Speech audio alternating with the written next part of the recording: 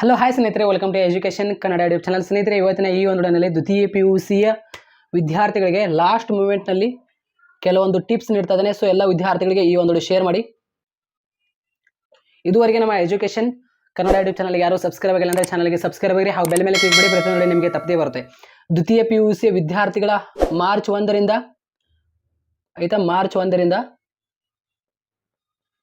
March 22 annual exam ನಡೆಸಲಾಗುವುದು. So ಎಲ್ಲ ವಿದ್ಯಾರ್ಥಿಗಳು ಗೊತ್ತಿದೆ.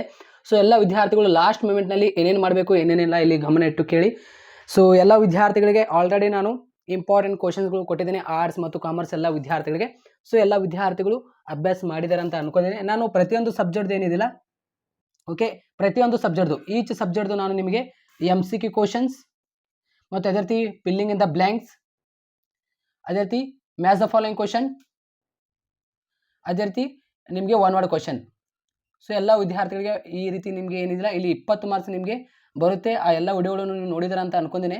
ಇಂಗ್ಲೀಷ್ ಮೀಡಿಯಂ ಹಾಗೂ ಕನ್ನಡ ಮೀಡಿಯಂ ಬೋತ್ ಮೀಡಿಯಂ ವಿದ್ಯಾರ್ಥಿಗಳಿಗೆ ಇಲ್ಲಿ ಕಾಣ್ತಾ ಇದೆಯಲ್ಲ ಇವಾಗ ಯೂಟ್ಯೂಬ್ನಲ್ಲಿ ಹೋಮ್ ವಿಡಿಯೋಸ್ ಅಂತ, ಇಲ್ಲಿ ವಿಡಿಯೋಸ್ನಲ್ಲಿ ಹೋಗಿ ನೋಡಿದರೆ ಒಂದೊಂದು ವಿಡಿಯೋ ಅಪ್ಲೋಡ್ ಮಾಡ್ತಾ ಇದ್ದಾನೆ. ಇಲ್ಲಾಂದರೆ ಅಲ್ಲೇ ಪಕ್ಕದಲ್ಲಿ ಪ್ಲೇಲಿಸ್ಟ್ ಇದೆ ನೋಡಿ, ಪ್ಲೇಲಿಸ್ಟ್ನಲ್ಲಿ ಹೋಗಿ ನೋಡಿದರೆ ಇಲ್ಲಿ ನೋಡಿ ಒಂದೊಂದು ಇಲ್ಲಿ ನಾನು ಏನಿದಿಲ್ಲ ಈ ಒಂದು ಪ್ಲೇಲಿಸ್ಟ್ ಒಂದೇ ಪ್ಲೇಲಿಸ್ಟ್ ಏನಿದಿಲ್ಲ ಅದರ ಮೇಲೆ ಕ್ಲಿಕ್ ಮಾಡಿ. ಆಲ್ ಸಬ್ಜೆಕ್ಟ್ ಆರ್ಟ್ಸ್ ಕಾಮರ್ಸ್ ಏನಿದಿಲ್ಲ 1 ಮಾರ್ಕ್ಸ್ ಅಂತ ಅದರ ಮೇಲೆ ಕ್ಲಿಕ್ ಮಾಡಿ. ಅದರ ಮೇಲೆ ಕ್ಲಿಕ್ ಮಾಡಿದ ತಕ್ಷಣ ಇಲ್ಲಿ ನೋಡ್ತಾ ಇರಬಹುದು ಎಲ್ಲ ಸಬ್ಜೆಕ್ಟ್ ಮೇಲೆ ಆಲ್ರೆಡಿ ಇಲ್ಲಿ ಯಾವ MCQ questions, filling in the blanks, match the following question, one word ಕ್ವಶನ್ಸ್ಗಳು ಚಾಪ್ಟರ್ಗಳ ಇಲ್ಲಿ ಕಂಪ್ಲೀಟ್ ಮಾಡಿ ಹಾಕಿದ್ದೀನಿ ವಿಡಿಯೋಗಳು. ಇಲ್ಲಿ ಅಪ್ಡೇಟ್ ಮಾಡ್ತಾ ಇರ್ತಾನೆ, ಪ್ರತಿಯೊಂದು ಸಬ್ಜೆಕ್ಟ್ ಅಪ್ಡೇಟ್ ಮಾಡ್ತಾ ಇರ್ತಾನೆ. ನೀವು ಪದೇ ಏನಿದಿಲ್ಲ ಈ ಒಂದು ಪ್ಲೇಲಿಸ್ಟ್ನಲ್ಲಿ ಬಂದು ಒಂದೇ ಪ್ಲೇಲಿಸ್ಟ್ನಲ್ಲಿ ಬಂದು ಚೆಕ್ ಮಾಡ್ತಾ ಇರಬೇಕು. ಅದೇ ರೀತಿ ಬ್ಯಾಕ್ ಬನ್ನಿ. ಮತ್ತೆ ಬ್ಯಾಕ್ ಬಂದ ತಕ್ಷಣ ಎರಡನೇ ಪ್ಲೇಲಿಸ್ಟ್ನಲ್ಲಿ ಏನಿದಿಲ್ಲ ಇಲ್ಲ ನಿಮಗೆ ಈಚ್ ಸಬ್ಜೆಕ್ಟ್ದು 2 ಅಂಕದ ಪ್ರಶ್ನೆ ಕೊಟ್ಟಿದ್ದೀನಿ. ಫಿಕ್ಸ್ಡ್ ಕ್ವಶನ್ಸ್ಗಳಾಗಿರುತ್ತೆ. ನಿಮ್ಮ 2024 ವಾರ್ಷಿಕ ಪರೀಕ್ಷೆಗೆ ಫಿಕ್ಸ್ಡ್ ಕ್ವಶನ್ಸ್ಗಳು ಡೆಫಿನೆಟ್ಲಿ ಕ್ವಶನ್ಸ್ಗಳು ಬಂದೇ ಬರುತ್ತೆ, ಆಯಿತಾ, ಈಚ್ ಸಬ್ಜೆಕ್ಟ್ದು. ಸೊ ಎಲ್ಲ ವಿದ್ಯಾರ್ಥಿಗಳು ಈ ಲಾಸ್ಟ್ ಮೂಮೆಂಟ್ನಲ್ಲಿ ಈ 2 ವಿಡಿಯೋಗಳನ್ನು ನೋಡ್ಕೋಬೇಕು. ಪ್ಲೇಲಿಸ್ಟ್ ಕೆಳಗಡೆ ಇನ್ನೊಂದು ಪ್ಲೇಲಿಸ್ಟ್ ಇದೆ ನೋಡಿ, ಏನು ಆಲ್ ಸಬ್ಜೆಕ್ಟ್ 2 ಮಾರ್ಕ್ಸ್ ಕ್ವಶನ್, ಅದರ ಮೇಲೆ ಕ್ಲಿಕ್ ಮಾಡಿದ ತಕ್ಷಣ ನೋಡಿ ಎಲ್ಲ ಸಬ್ಜೆಕ್ಟ್ 2 ಮಾರ್ಕ್ಸ್ ಇದೆ. ನಿಮ್ಮದು ಯಾವುದು ಸಬ್ಜೆಕ್ಟ್ದು 2 ಮಾರ್ಕ್ಸ್ ಇಲ್ಲ ಅಲ್ಲಿ ಆ್ಯಡ್ ಮಾಡ್ತಾ ಇರ್ತೀನಿ, ನೀವು ನೋಡ್ತಾ ಇರಬೇಕು. ಪ್ರತಿಯೊಂದು ಸಬ್ಜೆಕ್ಟ್ದು ಅಲ್ಲಿ ಆ್ಯಡ್ ಮಾಡ್ತಾ ಇರ್ತೀನಿ, ಆಯಿತಾ. ಸೊ ಎಲ್ಲ ವಿದ್ಯಾರ್ಥಿಗಳು ಈ ರೀತಿ ಅಭ್ಯಾಸ ಮಾಡ್ಕೊಳ್ಳಿ. ಇವಾಗ ನೋಡ್ರಿ ಲಾಂಗ್ ಕ್ವಶನ್ಸ್ಗಳು ಏನಿದೆಯಲ್ಲ, ಲಾಂಗ್ ಕ್ವಶನ್ಸ್ಗಳು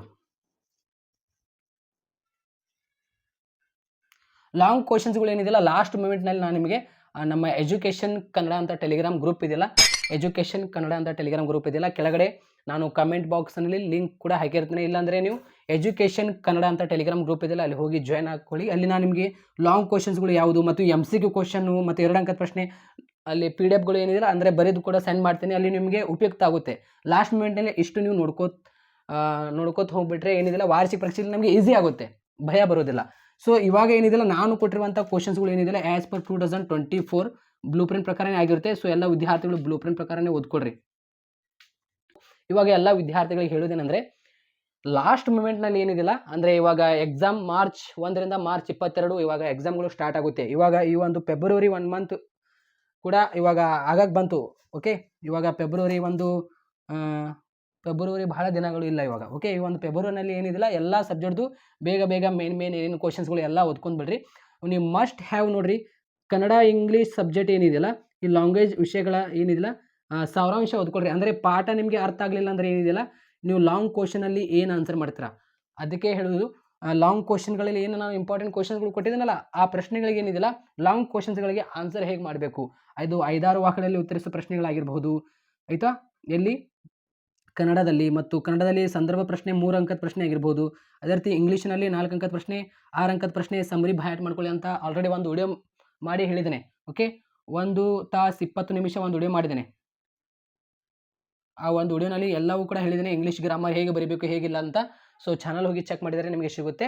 ಇಷ್ಟು ನೋಡ್ಕೊಂಡು ಬಿಡ್ರಿ, ಆಯಿತಾ. ನಿಮಗೆ ಮೇನ್ ಇವಾಗ ನಾನು ನಿಮಗೆ ಏನಿದಿಲ್ಲ ಲಾಸ್ಟ್ ಮೂಮೆಂಟ್ನಲ್ಲಿ ಎಲ್ಲ ವಿದ್ಯಾರ್ಥಿಗಳಿಗೆ ಒಂದು ಸಲಹೆ ನೀಡ್ತಾ ಇದ್ದೇನೆ. ಏನಂದರೆ ಲಾಸ್ಟ್ ಮೂಮೆಂಟ್ನಲ್ಲಿ ಅಂದರೆ ಇವಾಗ ಎಕ್ಸಾಮ್ಗಳು ಸಮೀಪ ಬರ್ತಾ ಇದೆ, ಹಾಗಂತ ನೀವು ಏನಿದಿಲ್ಲ ಕನ್ಫ್ಯೂಸ್ ಮಾಡ್ಕೊಂಡು ಯಾವ ಕ್ವಶನ್ ಬರುತ್ತೆ ಯಾವುದಿಲ್ಲ ಮತ್ತೆ ನೀವು ಕನ್ಫ್ಯೂಸ್ ಮಾಡ್ಕೊಂಡು ಏನಿದಿಲ್ಲ ಕ್ವಶನ್ಸ್ಗಳು ಮತ್ತೆ ಬೇರೆ ಕ್ವಶನ್ಸ್ಗಳು ನೋಡ್ಕೊಳಕ್ಕೆ ಹೋಗಬೇಡ್ರಿ.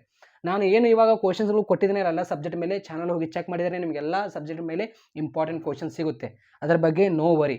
ಹಾಗಂತ ನೀವೇನಿದಿಲ್ಲ ಇವಾಗ ಯಾರೋ ಒಬ್ಬರು ಸ್ಟ್ರೇಂಜರ್ ಆಗಿರ್ಬೋದು, ಯಾರೋ ಒಬ್ಬರು ಹೇಳ್ತಾರೆ ಈ ಕ್ವಶನ್ಸ್ಗಳು ಬರೋದಿಲ್ಲ, ಬ್ಲೂ ಪ್ರಿಂಟ್ ಪ್ರಕಾರ ಬರೋದಿಲ್ಲ ಅಂತ. ಲಾಸ್ಟ್ ಮೂಮೆಂಟ್ನಲ್ಲಿ ಭಾಳ ಜನ ಹೇಳ್ತಾರೆ ಬ್ಲೂ ಪ್ರಿಂಟ್ ಪ್ರಕಾರ ಬರೋದಿಲ್ಲ ಅಂತ. ನೀವೇನಿದಿಲ್ಲ ಕನ್ಫ್ಯೂಸ್ ಆಗಕ್ಕೆ ಹೋಗ್ಬೇಡ್ರಿ. ನಾ ಅದೀನಿ, ಯಾಕೆ ಬರಲ್ಲ ಯಾಕಿಲ್ಲ ನಾನು ಎಲ್ಲ ಇಲ್ಲಿ ಇನ್ಫಾರ್ಮೇಷನ್ ಕೊಡ್ತಾ ಇರ್ತೀನಿ. ನೀವು ಕೀಪ್ ಆ್ಯಂಡ್ ಟಚ್ ಆಗಿರಬೇಕು. ಏನಿರಬೇಕು, ಕೀಪ್ ಆ್ಯಂಡ್ ಟಚ್ ಆಗಿರಿ ನಿಮ್ಮ ಎಕ್ಸಾಮ್ ಮುಗಿಯುವವರೆಗೆ. ಅದು ಪ್ರೈವೇಟ್ ವಿದ್ಯಾರ್ಥಿಗಳು ಆಯಿತಾ, ಮತ್ತು ರಿಪೀಟರ್ ವಿದ್ಯಾರ್ಥಿಗಳು, ಅದೇ ರೀತಿ ಫ್ರೆಷರ್ಸ್ ವಿದ್ಯಾರ್ಥಿಗಳು, ಎಲ್ಲ ವಿದ್ಯಾರ್ಥಿಗಳು ಕೀಪ್ ಆ್ಯಂಡ್ ಟಚ್ ಆಗಿರಿ. ಡೆಫಿನೆಟ್ಲಿ ಎಲ್ಲ ವಿದ್ಯಾರ್ಥಿಗಳಿಗೆ ಇಲ್ಲಿ ನಾನು ಹೆಲ್ಪ್ ಮಾಡ್ತಾ ಇರ್ತೀನಿ. ಇವಾಗ ಎಕ್ಸಾಮ್ಗಳು ಏನು ಸಮೀಪ ಬರ್ತಾ ಇರ್ತಲ್ಲ, ಅವಾಗ ಏನು ಮಾಡ್ತಾರೆ ಅಂದರೆ ಭಾಳ ವಿದ್ಯಾರ್ಥಿಗಳು ನಿಮಗೆ ಕನ್ಫ್ಯೂಸ್ ಮಾಡ್ತಾರೆ. ಬೇರೆ ಸ್ಟೂಡೆಂಟ್ಸ್ಗಳು ಹೇಳ್ತಾರೆ ಆ ಕ್ವಶನ್ಸ್ಗಳು ಇಂಪಾರ್ಟೆಂಟ್ ಇರಲ್ಲ, ಈ ಕ್ವಶನ್ಸ್ ಓದ್ರಿ ಅಂತ ಏನಿದೆ ಲಾಸ್ಟ್ ಕನ್ಫ್ಯೂಸ್ ಮಾಡ್ತಾರೆ ನಿಮಗೆ. ಈ ರೀತಿ ಕನ್ಫ್ಯೂಸ್ ಆಗಕ್ಕೆ ಹೋಗ್ಬೇಡಿ. ನಾನು ಕೊಟ್ಟಿರೋಂಥ ಪ್ರಶ್ನೆಗಳು ಓದ್ಕೊಳ್ರಿ.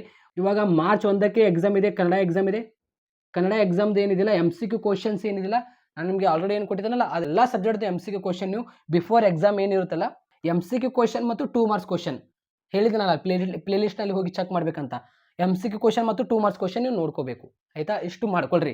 ಮತ್ತು ಟೆಲಿಗ್ರಾಮ್ನಲ್ಲಿ ನೀವು ಕೀಪ್ ಆ್ಯಂಡ್ ಟಚ್ ಆಗಿರಿ, ಅಲ್ಲಿ ಕೂಡ ನಾನು ನಿಮಗೆ ಹೆಲ್ಪ್ ಮಾಡ್ತೀನಿ.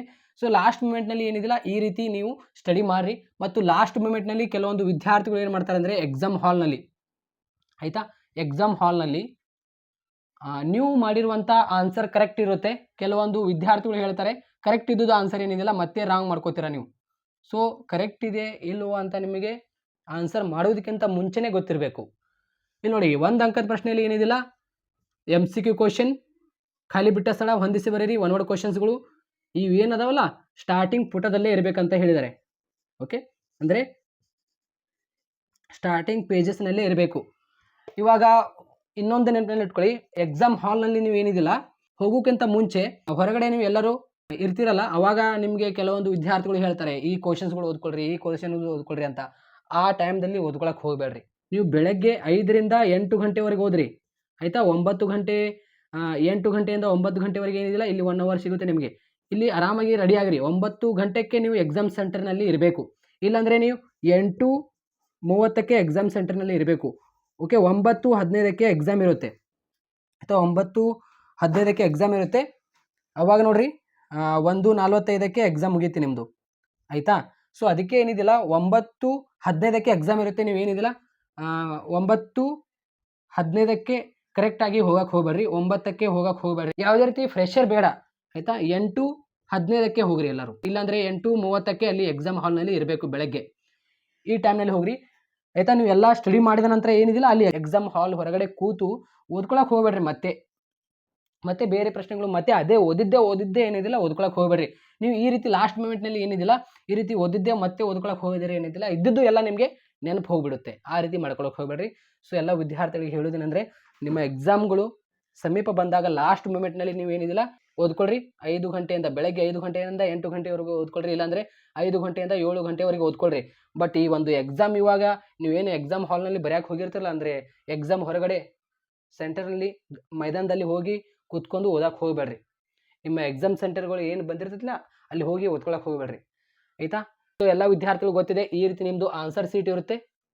ಈ ಒಂದು ಆನ್ಸರ್ ಶೀಟ್ನಲ್ಲಿ ಈ ರೀತಿ ಮಾರ್ಜಿನ್ ಇರುತ್ತೆ ಆಯಿತಾ. ಆಪ್ಷನ್ ಎ ಕರೆಕ್ಟ್ ಆನ್ಸರ್ ಇದ್ದರೆ, ಫಾರ್ ಎಕ್ಸಾಂಪಲ್ ಇವಾಗ ಸೀತೆಯನ್ನು ರಾವಣ ಎಲ್ಲಿರಿಸಿದನು ಆಪ್ಷನ್ ಕೊಟ್ಟಿರ್ತಾರೆ ಅಲ್ಲಿ. ಇವಾಗ ಆಪ್ಷನ್ ಬಿ ಇದ್ದರೆ ಇಲ್ಲಿ 1ನೇ ಪ್ರಶ್ನೆ ಅಂತ ಹಾಕೋದು ಮಾರ್ಜಿನ್ ಹೊರಗಡೆ. ಆಪ್ಷನ್ ಏನಿದಿಲ್ಲ ಆಪ್ಷನ್ ಎ ಇಲ್ಲಿ ಹಾಕಬಾರ್ದು. ಬಹಳಷ್ಟು ವಿದ್ಯಾರ್ಥಿಗಳು ಇದು ತಪ್ಪು ಮಾಡ್ತಾ ಇದ್ದಾರೆ, ಈ ರೀತಿ ಹಾಕಬಾರ್ದು. ಆಪ್ಷನ್ ಏನಿದಿಲ್ಲ ಆಪ್ಷನ್ ಎ ಈ ರೀತಿ ಆಗಬೇಕು. 1ನೇದು ಆಪ್ಷನ್ ಎ ಪ್ರಮದ ಎಂಬ ವನದಲ್ಲಿ. ಅಲ್ಲಿ ಆಪ್ಷನ್ ಏನಿರುತ್ತೆ ಅದೇ ಬರೀಬೇಕು. ಆಪ್ಷನ್ ಬಿ, ಆಪ್ಷನ್ ಎ ಇದ್ರೆ ಎ, ಬಿ ಇದ್ರೆ ಬಿ.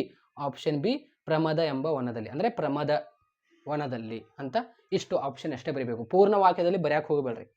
ಸೊ ಎಲ್ಲ ವಿದ್ಯಾರ್ಥಿಗಳು ಗೊತ್ತಾಯ್ತಾ. ಇದೇ ರೀತಿ ಫಾಲೋ ಮಾಡ್ರಿ. ಅವರು ಏನು ಆಪ್ಷನ್ಗಳು ಕೊಟ್ಟಿರ್ತಾರಲ್ಲ ಅದೇ. ಇವಾಗ ಫಾರ್ ಎಕ್ಸಾಂಪಲ್ ಅವರು ಒಂದು ಆಪ್ಷನ್ಸ್ಗಳಿಗೆ ಏನಿದಿಲ್ಲ ABCನೇ ಕೊಟ್ಟಿರ್ತಾರೆ. ಕೆಲವೊಂದು ಬಾರಿ ವಿದ್ಯಾರ್ಥಿಗಳು ಏನು ಮಾಡ್ತಾರೆ ಅಂದರೆ ABCD ಕೊಟ್ಟಿರ್ತಾರೆ, ನೀವು ಏನು ಮಾಡ್ತೀರಾ ಒಂದಂತ ಹಾಕಿ ಈ ರೀತಿ ಮಾಡ್ತೀರಾ, ತಪ್ಪು. ಅವ್ರು ಏನು ಕೊಟ್ಟಿರ್ತಾರೆ ಎ ಕೊಟ್ಟಿದ್ದಾರೆ ಅಂದರೆ 1ನೇ ಪ್ರಶ್ನೆಗೆ ಆಪ್ಷನ್ ಎ ಇರುತ್ತೆ, ಎನೇ ಹಾಕಬೇಕು. ಕರೆಕ್ಟ್ ಅಂದರೆ ಕರೆಕ್ಟ್ ಆಪ್ಷನ್ಸ್ಗಳು ಹಾಕಬೇಕು. ಎ ಇದ್ರೆ ಎ. ಅವ್ರು ಏನು ಕೊಟ್ಟಿರ್ತಾರೆ ಈ ರೀತಿ ಕೊಟ್ಟಿದ್ರೆ ಈ ರೀತಿನೇ ಹಾಕಬೇಕು ಆಯಿತಾ.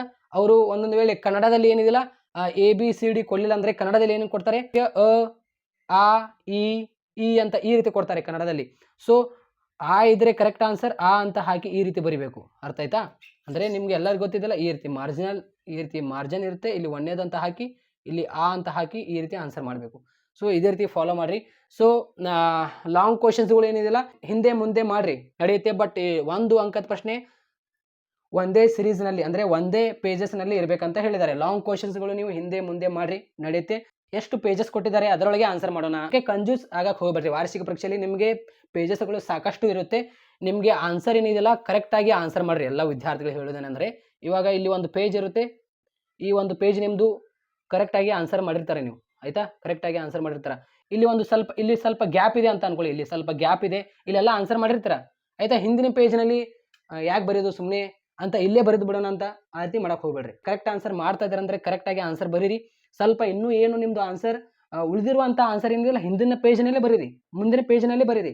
ಕಂಜೂಸ್ ಆಗಕ್ಕೆ ಹೋಗ್ಬೇಡ್ರಿ, ಇಲ್ಲೇ ಬರೆಯಕ್ಕೆ ಹೋಗ್ಬೇಡ್ರಿ. ಕರೆಕ್ಟ್ ಆನ್ಸರ್ ಮಾಡ್ತದೆ ಅಂದರೆ ಇನ್ನೊಂದು ಪೇಜ್ ತೆಗೆದುಕೊಳ್ರಿ, ಬಟ್ ಕಂಜೂಸ್ ಆಗಿ ಇಲ್ಲೇ ಬರೆಯಕ್ಕೆ ಹೋಗ್ಬೇಡ್ರಿ. ಈ ರೀತಿ ಮಾರ್ಜಿನ್ ಕೊಟ್ಟಿರ್ತಾರೆ, ಈ ಮಾರ್ಜಿನ್ ಹೊರಗಡೆ ಕೂಡ ಬರೀತೀರಾ, ಆ ರೀತಿ ಯಾಕೆ ಮಾಡ್ತೀರಾ? ಆ ರೀತಿ ಬರೆಯಕ್ಕೆ ಹೋಗ್ಬೇಡ್ರಿ, ಆಯಿತಾ? ಸೊ ಎಲ್ಲ ವಿದ್ಯಾರ್ಥಿಗಳಿಗೆ ಈ ಒಂದು ವಿಡಿಯೋ ಶೇರ್ ಮಾಡಿ. ಸೊ ಬೆಸ್ಟ್ ಆಫ್ ಲಕ್ ನಿಮ್ಮ ಎಕ್ಸಾಮ್ಗಳಿಗೆ. ಇಲ್ಲಿ ನಾನು ಇಂಪಾರ್ಟೆಂಟ್ ಕ್ವಶನ್ಸ್ಗಳು ಕ್ಲಾಸಸ್ಗಳು ಮಾಡ್ತಾ ಇರ್ತೇನೆ, ಆರ್ಟ್ಸ್ ಮತ್ತು ಕಾಮರ್ಸ್ ಎಲ್ಲ ವಿದ್ಯಾರ್ಥಿಗಳಿಗೆ. So thank you so much.